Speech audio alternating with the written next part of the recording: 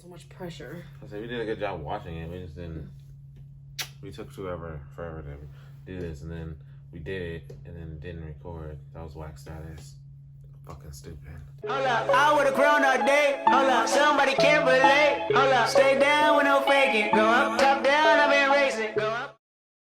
Hey, what's up, my beautiful kings and queens? My name is Chyila. And it's your boy EK. We are coming back today with another royalty review for Ratchet. It's been a long time since we've done a review for Ratchet. We watched them all and then we got behind because we watched other shows and other movies. So we are coming back because it did such a good job on the channel. We didn't want to just stop at episode 1. So we decided to come back and complete the entire series, the entire seasons. Right. So we can give y'all the rest of these episodes because the first one did really well, and so you guys must really like the show or really liked how we reacted to it. So we want to get on the ball and give y'all the rest of these. So be on the lookout for the rest of these episodes. This is 2, but we keep on the lookout for episodes 3 through 7 coming up. Yes. Please like, comment, and subscribe.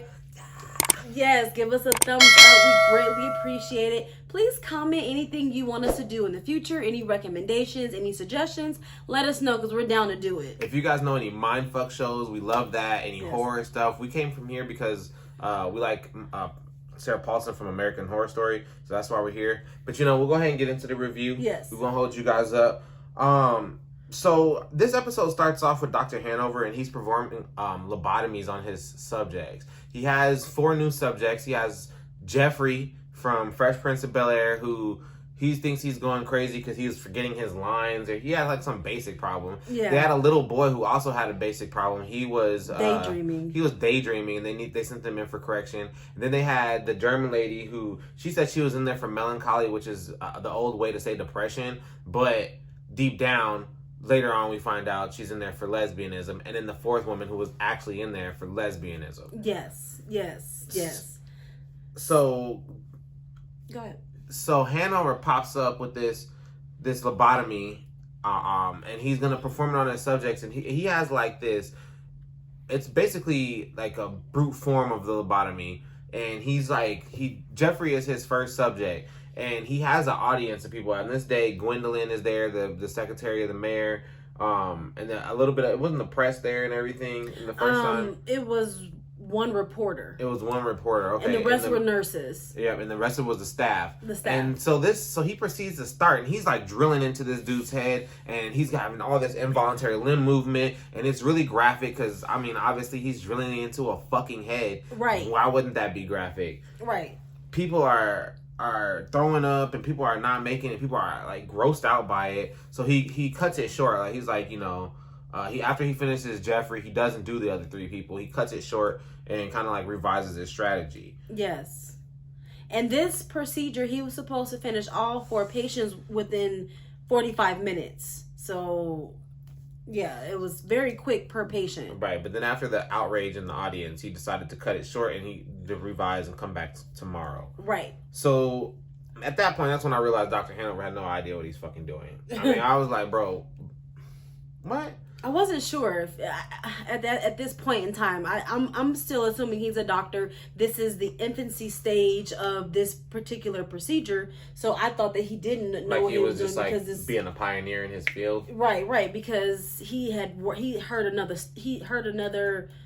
Was it procedure or somebody else do it? So he was just following their work or something like that. So it wasn't too many people to follow, not too many cases. Right. So he was kind of pioneering this field, which we'll get into that a little bit later.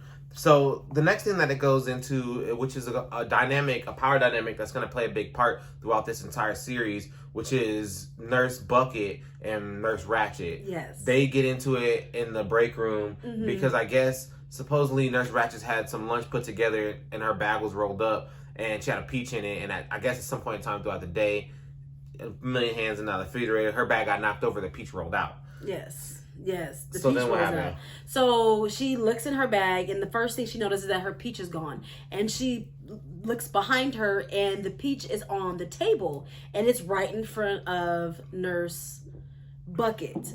So in my mind, I thought she won her bag and took it, but she said it was just rolling around in the fridge, which I didn't really believe because her bag was sealed. It was closed. It was, right, and anybody who's seen this show, Nurse Ratched is not. She's a particular motherfucker. Like everything Yes. is to the T. Right. Her shit was rolled shut, and her peach was not just wandering out in the Right. refrigerator. So she asked for her peach back, and long story short, she doesn't give it back. It's like a pissing match with this peach that's not hers. So they kind of get into it right there, episode 2. Right.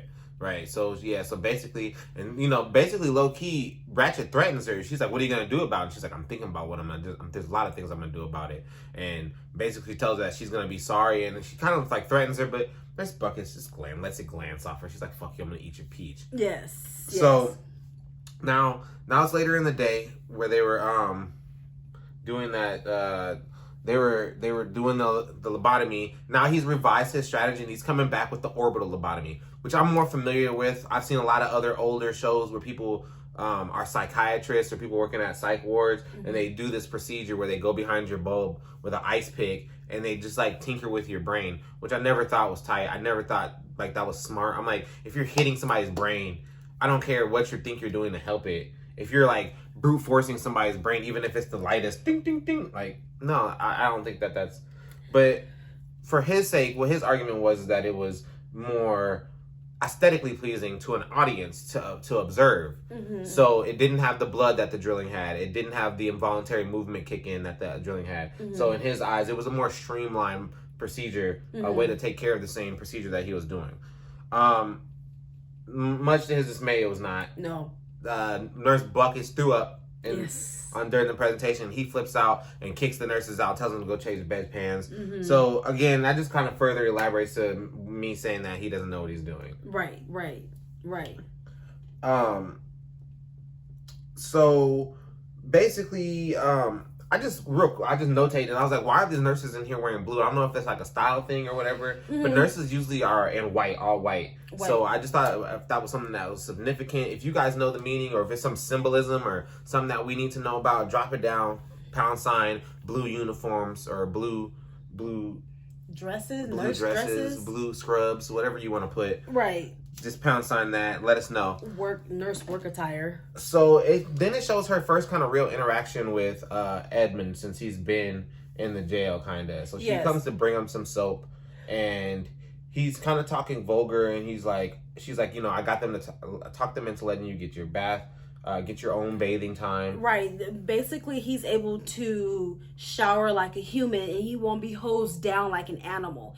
Right after the procedure, she kind of strokes Dr. Hanover's ego, letting him know that she likes his work and she enjoys what he does. And then she kind of maneuvers in, well, hey, this particular inmate is getting treated like an animal. Could you do something about it? And he does. So then it pans over to her and Edmund, and he's in the cell. She hands him the soap and lets him know, I got your back, but you got to behave. So, now you can shower like a normal human. Right. And during this, their exchange, the exchange and dialogue is kind of misleading. At this point in the series, I didn't know if it was like if they were close, if they were friends, if they were family, if they were ex-lovers and stuff like that because of the things that he said to her and stuff. But it was just something that raised an eyebrow. But come to find out, it's just his sister. Yes, it's just his sister. So nothing crazy there. Right. So from that moment, it pans back to Nurse Ratchet back in the break room, actually eating her lunch this time. Because the last time I think he called him out of the nurse room because he was ready to redo the procedure. But this time she's in there with Gwen. Yes. And they're talking about bologna and how she loves bologna. They introduce themselves, and she offers her half of her bologna, which is bologna sandwich. And she said bologna was her favorite. I'm like, what? Your bologna has a first name? She politely declines and states that she doesn't eat what was intrinsic.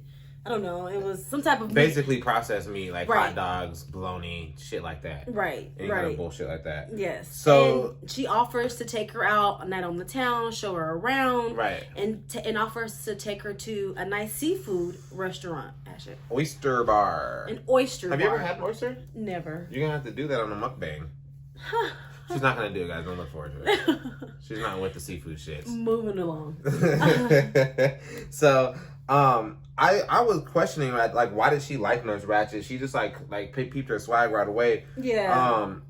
So when she said that stuff to her, at first I thought it was just kind of cool. Like she was just trying to like be friends and stuff. But then like how she was describing her for her to eat oysters. And if anybody knows about oysters, like knows, if you know, oysters are aphrodisiac. So it's something that like gets people in the mood for sex and shit like that. So she's giving her these oysters, and like I said, she's talking to her very seductively and asking her shit. And not to mention Gwen was one of the people who made faces when the doctor said that lesbianism could be cured. So at this point, I was like, I'm starting to put more clues together. Got it. At this point, we're at 1 + 1 + 1. We're at 3, but we haven't made it to 4 yet. Okay. So I was questioning if she was a lesbian, but it was whatever. So then after the oyster bar, where do they go? So after the oyster bar, they head to a different bar. And when they walk into this bar, before they can even get in the door, Nurse Ratched notices it's a female bar. And there's females dancing, there's females drinking, there's females having a good time, but it's only females. And she kind of gets nervous, and you could tell in her face she's disturbed, and she immediately storms out. Like, she never steps foot in, but she storms out. Right. And at that time, what's her name? Gwen lets her know, I can see you're not comfortable. I'm sorry. Let me take you home. And Nurse Ratched was like, no, I'm gonna go order a taxi. I'm going home. So you could tell she's very upset. She was really off-put by the gesture. It's 1947, so obviously lesbianism is a thing. They're trying to cure it via psych ward. So, something like that could get you fucked up in your medical field if somebody finds out you're lesbian. Come to find out, like she said to her, she was like, well, I thought you were married. So Miss Briggs is in a marriage, but she still goes to lesbian bars. Obviously, it's courting lesbian women.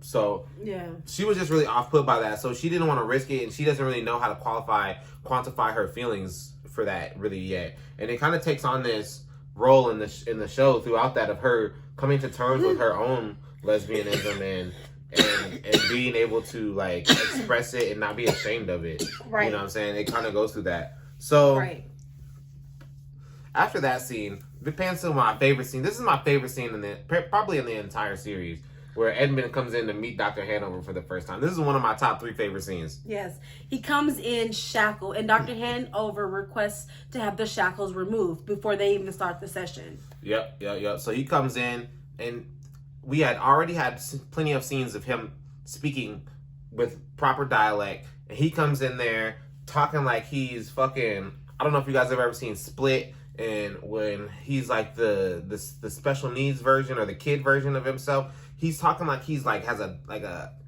8th grade education or less, 3rd grade education, and he's like basically he's just like he's like selling schizophrenia to the fullest, like best acting I've ever seen from a random person, Right.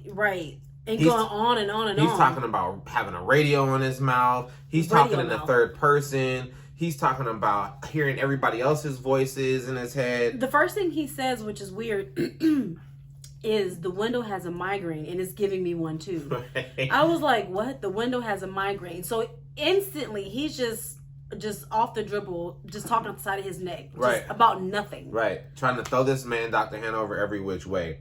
Says that he killed 4 women, or he killed women when it was men. Right, it was priests. And he didn't really say he did it. He said, I did it because you said I did it. I guess I did, but I said I did it and you said I did. Watch that scene. Scene. Right, that scene's the best scene. Yes. So then this is the first time that Dr. Hanover gains an ounce of credibility with me. It's because he calls Edmund on his bullshit. Yes. And he basically analyzes him, and he's like, you're distributing these signs of schizophrenia and displacement and paranoia and all this. He's like, but you're doing it too perfect. Right. And he's like, cut the bullshit, basically. Right. And he's like, we're on the same team. We need to work together because I'm trying to prove that you can be cured. Right. And he doesn't believe in the death penalty. He believes it's barbaric. Right.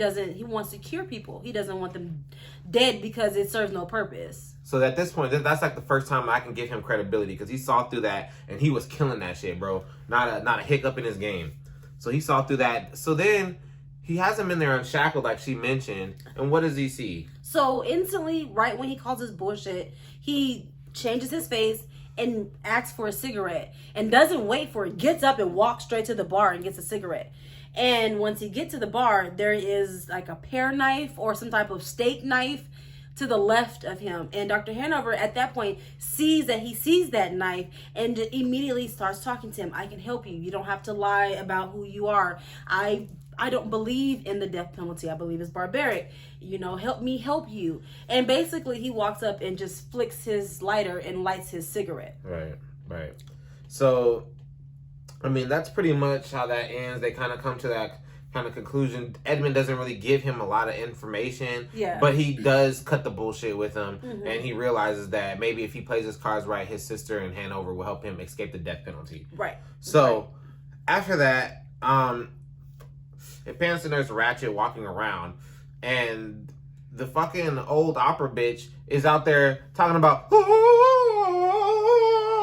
and Nurse Ratchet busts in now for the second time on somebody in this psych ward of them getting some nasty on. And this girl is the older woman who is suffering from melancholy is getting her pussy ate by the other girl who is suffering from lesbianism. I don't think that was her. What was her?